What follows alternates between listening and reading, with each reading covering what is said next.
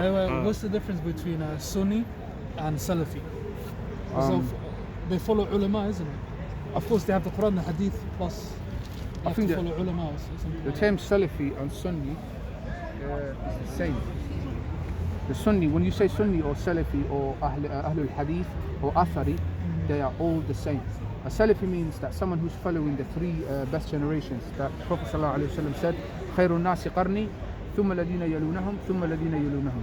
That the best generation is my generation, the one after them, and the one that comes after them. Okay. So anyone who follows them and understands the Quran and the Hadith according how they understood them, then that person is a Salafi or a Sunni or a Athari or Ahlul Hadith.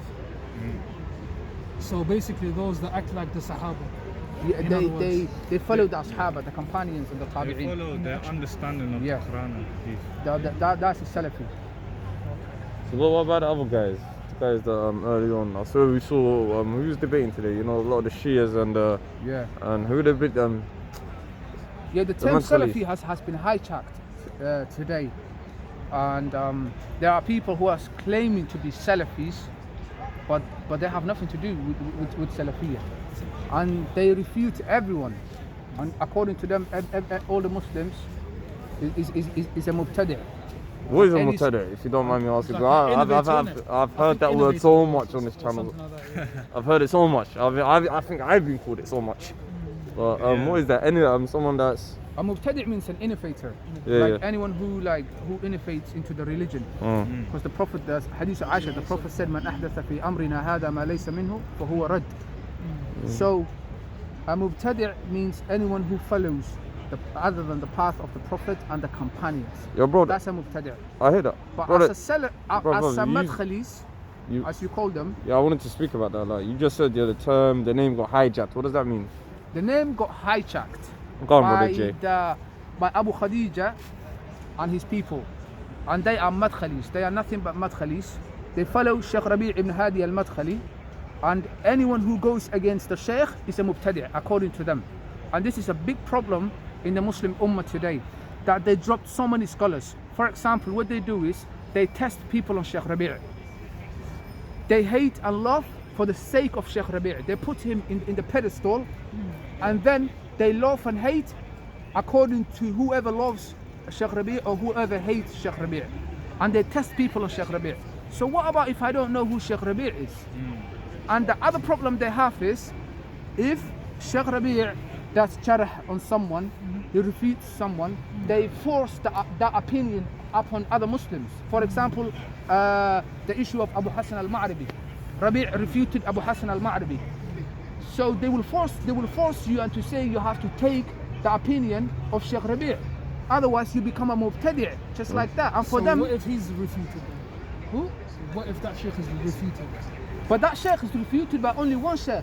When you ask them, okay, Abu Hassan al-Ma'ribi or anyone else has been refuted by one sheikh, Rabi' al-Madkhali. Bring me any other sheikh who refuted him. They won't. They only take from one sheikh and they hate and love for the sake of him.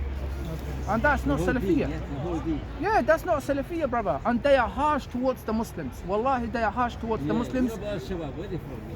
You've seen them kicking people out from the masajid. Yeah, well, that's wrong. Yeah, that is wrong. Anyone out of the that is wrong. No. And when I watch videos that coming out from Speaker's Corner, they justify that action by using the aqwal of the ulama, the opinions of the scholars. And we know that as Ahl Sunnah wal Jama'ah, we cannot use the opinions of the scholars. A dalil should be Quran, Hadith, or the Ijma' of the Salaf. These are the only three evidences that you can provide. But what do? They take the aqwal of the ulama and they use them as opinions. Imam Malik said this, Abu Hanifa said this, Ahmad ibn Hanbal said this, Imam al-Barbahari said this, and they use the opinions of the scholars as a dalil. And you know that as Ahl Sunnah wal Jama'ah, the opinions of the scholars is not a dalil. Yeah. So you can't take the Muslims out from the masjid, kick Muslims out from the masjid. But do you think some of the they go I've spoken to a couple of these guys. I think I've met a couple of these guys, yeah. But do you know what is the whole affiliation with the leadership thing as well? You want to break that down? The leadership thing is, you can be a Salafi, same with them, Same with Abu Khadija, Abu Iyad, Hassan Somali, Abu Hakim and all these men, You can be same with them, Aqidah, Manhaj and everything. But the minute you criticize Muhammad ibn Salman or any other Muslim leader, you become a Khariji. Anta min al-Khawarij. Khalas? You are a Khariji now. And this is dangerous because we know that Ashaba who went against Hajjaj ibn Yusuf al-Thaqafi, they won Hussein ibn Ali and Abdullah ibn Zubair ibn al-Awwam, they all went against the Muslim leaders at that time. They went against Muawiyah and Abdul Malik ibn Marwan and Yazid ibn Muawiyah and all these people. So now, if anyone that goes against a leader or says a thing against a leader becomes a Khariji, then it's a dangerous statement. So what about the Ashaba who revolt against the leaders? What category do they come I under? don't want to play the devil's advocate, but in Shamsi's defense, I say the reason why it's not good to go up against the leaders and rebel is because the outcome is far worse than what exists at the moment. Yeah. So for example, if you collapse had the nuclear weapon to Iraq, Syria, no one likes Assad, but Syria was You better. say Somalia as well. Yeah, even Somalia Libya as well. when Even Gaddafi Libya, died. all the Muslim, Yeah, the whole the Muslim maslaha and the mafsada obviously has to be looked into. But obviously for the case of Syria that you mentioned, Bashar al-Assad is different. We have the Nusayriya and the Alawis. We have the Nusayriya and the Alawis who were killing Sunnis at that time. Yeah, that's true. Yeah, they were killing the Sunnis. They were raping women. They were doing crazy things in Syria, and then the people start revolting. They wanted to get rid of Bashar al-Assad now, and things were out of control. Then new groups start popping up, like the Free Syrian Army, were one of the first groups. Jaish al-Islam, Ahrar al-Sham. They all take arms against Bashar al-Assad and the fighting, Jabhat al-Nusra, and the fighting is still going on until now. So now we can't. And Bashar al-Assad, by ijma', he's a kafir anyway. He's a Alawi Shi'i Nusayri. What do Alawites believe exactly? Well, Alawis are Shia. They're a sect of Shia, and they are also Nusayri as well. So what they did was they committed crimes against Iraq. But my issue is not against revolting against. I'm not supporting that. I'm not advocating and saying, oh, we should go out there and then khuruj against the Muslim leaders. That's not what I'm talking about. What I'm talking about is the Madkhalis dying under the secular banner of Khalifa al-Haftar. They are supporting Khalifa al-Haftar. Khalifa al-Haftar is a Ilmani, and even their Sheikh Salih al-Suhaimi said that he was a Talmid, a student of Gaddafi. Now Khalifa al-Haftar in Libya is fighting for democracy, and he's a secular. Yeah, but the Madkhalis are supporting him. They are part of his army.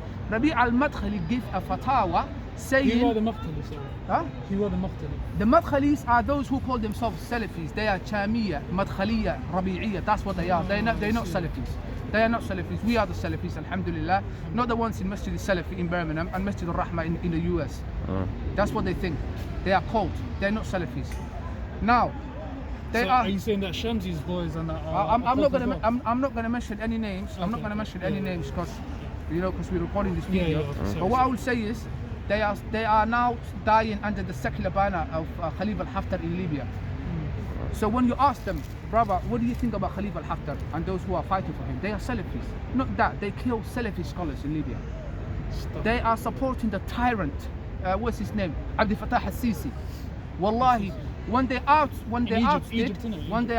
Mohammed Morsi, they were celebrating. Oh, the Ikhwani is gone. Mohammed Morsi, the Ikhwani is gone. They were celebrating. That's what they do. So it's okay to go against and revolt against Mohammed Morsi, but it's not allowed on Mohammed ibn Salman and their leaders. That's a double standard. Yes, it really is. That's a double standard. So, like I'm saying, so are they the type of guys that didn't تكون عايزين يوكله بدك يكون أتكئن or something, like if you, I don't know. Harsh. They are harsh towards the Muslims, to be honest. To be honest with you, like for example, you can be same with them everything, manhaj, aqidah, everything. But if you carry a tasbihah, which is a prayer beat, you become a mubtadi'. And to them, according to them, bid'ah is just one. But bid'ah has levels. The bid'ah of the grave worshipper who is committing shirk and the bid'ah who carries a tasbih is not the same. No, it's not the same. It's not the same. Yeah, So you can't just declare people to be innovators. It's like the Khawarij. The Khawarij and Daesh followers, because I'm here for them as well. Wait, you said carrying beads is the tasbih. No, carrying tasbih, like tasbih, prayer beads. Yeah. The Prophet said, Hadith ibn Umar, do the tasbih, the adkar in your right hand. Yeah? But when it comes to the prayer, but when it comes to the prayer beads, there's a different opinions amongst the ulama. There are some ulama who are saying it's permitted. Imam Suyuti and other scholars, they believe that it's permitted, it's allowed, as long as you're using it as a prayer piece, it's cool, and nothing else. Okay. But they will make tabdi' on that. They will make you tabdi' on that, and not just tabdi'. They will boycott you, brother. They will never give you a salam. And they will say, "Oh, to the masjid as well." Yeah, and they will say Imam Malik said, "Don't give salam to Ahlul Bidah." Now that's the opinion of Imam Malik. That's the aqwal of the Imam Malik. What about the Mubtadi' is my brother? Am I gonna cut my own brother now? No. Because he's carrying a prayer bead. Do you understand what I'm saying to you, brother? It's like big double standards. Big double standards. Like they love making tabdi' on people. Like the same way the Khawarij love to make takfir on the people. Like you will see Daesh followers, these extremists. Same side of the same coin. It's the same side of the same coin. So they will make takfir on everything that moves. If a bird flies, it's a khalas. He will make takfir on her. Wallahi, these are Daesh followers on Twitter. And this is what the Prophet said. Do you think they are young in age and they have foolish dreams. For example, they will come to you and say to you, "Oh, we're gonna conquer Rome." Brother, you can't even implement Sharia in your house. Your wives are not even wearing the hijab. Your sisters are not wearing the hijab, and they're always talking about implementing Sharia. We're gonna conquer Rome. Ya akhi, calm yourself down. You can't even wake up for Fajr and you're talking about implementing Sharia. And your sisters are not even wearing the hijab. Before you think about others, of course, Allah said, "Ya ayyuha alladhina amanu, qu anfusakum wa ahlikum nara, wa quduha an-nas wal hijara." Allah said that. Allah said, وَأَنْدِرْ عَشِيرَتَكَ الْأَغْرَبِينَ. He said to his prophet, "O Muhammad, warn the people who are closest to you, meaning your family. يَا أَيُّهَا الَّذِينَ آمَنُوا قُوا أَنفُسَكُمْ وَأَهْلِيكُمْ نَارًا." The Sharia starts from yourself first. Praying 5 times a day. Make sure your wives, your sisters are wearing the hijab. But Daesh followers take it to the next level. Now they became internet sheikhs. Allama on the internet, on the YouTube. They call themselves big sheikhs. And they are nothing. They are making 24/7. They are making takfir on people. Wallahi, it's a joke. I was going to ask you. They have no credentials as well. Like they haven't studied. They haven't done anything. Okay. What? I was going to ask you. I was going to ask you guys. There is not one single scholar with them. You know, in the time of the Prophet sallallahu alaihi wasallam, the Khawarij were there, and they are started by this man called Abdullah ibn Dhul Khuwaisara. He was a Khariji. He came to the Prophet after the Battle of Hunayn, and he told him, "O Muhammad, do justice." The Prophet was giving out some wealth to the Ashaba, and he came to the Prophet and he's telling the Prophet, "Do justice." So the Prophet said, after that man, people will come who will read the Quran, but they will never understand the Quran. And they will talk about the ayats that talk about the kuffar, and they will place those ayats on the mu'mineen, the believers. And they will never understand the Quran, and they will go through Islam like an arrow goes through its target. That is them. And the Quran, they will read the Quran, but it will never go through their collarbones, because they will never understand the ma'ani of the Quran. Like you have to ponder on the Quran to understand the Quran. And now they will get one verse, and then they will put that one verse on the believers. So in other words, they're using it for their own political agenda. Of course, they're using it for their own political agenda. And now look what they did. They completely destroyed the Muslim lands. They destroyed Iraq. They shackled the jihad in Syria. They're fighting other groups. Like Bashar al-Assad wouldn't be here now if he wasn't for Daesh. He was dealing with Daesh. He was giving them arms. He was giving them, the Daesh will give him oil and everything. And they shackled the jihad in Syria, meaning they fighted all the other groups. They fighted Ahrar al-Sham, Jaish al-Islam, Jabhat al-Nusra, now known as Hayat al-Tahrir al-Sham. But do you think that's a good thing though? That's not a good thing. They kill all the mujahideen in Syria. Yeah, but what if they're terrorists or something like that? They are terrorists. Yeah, so if someone is destroying your land, then you should kill them. Not kill them, but you have the right to defend yourself. Right? Yeah, but they're not defending themselves. They will carry out suicide attacks in places like Idlib.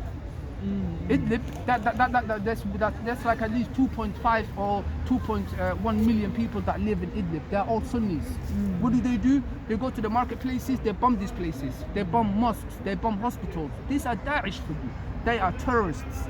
And what they do is, these people kill more Muslims than non-Muslims. It's true, yeah. Do you agree with that? I agree. They will come to a mosque and put a bomb on there, and innocent Muslims are dying in the hands of who? In the hands of Daesh. And they Khilafah, they call it Khilafah, is Khurafa. It's not the Khilafah. It's not the Islamic State. So that is them for you. They are extremists. They are Khawarij. I was going to ask you, see these Madkhalis and all of these guys, do you think type P, I was going to ask you like, what do you think they infiltrate? Or do you think they all infiltrate everywhere? Bro, the Khawarij are everywhere. The Khawarij are everywhere. They are in Somalia, Yemen, in Syria, everywhere. Anyone can be a Khariji. Yeah? They are running around everywhere like rats, that they are. And as for us Muslims, it's not good to be too extreme. Yeah. As the Prophet said, extremism destroyed those who came before you, meaning the Jews and the Christians. So we have to be a balanced nation. قد جعل الله وكذلك جعلناكم أمة وسطا. That Allah made us Muslims a balanced nation. Islam is a religion that is balanced. We can't go on two extremes. You can't go on two extremes. We stay on the middle path. And that's what Islam is about. That's it. MashaAllah, anyway, that's it. SS Bokonia, big up brother Jabil. Always a pleasure. Pleasure. My brothers. Bless you.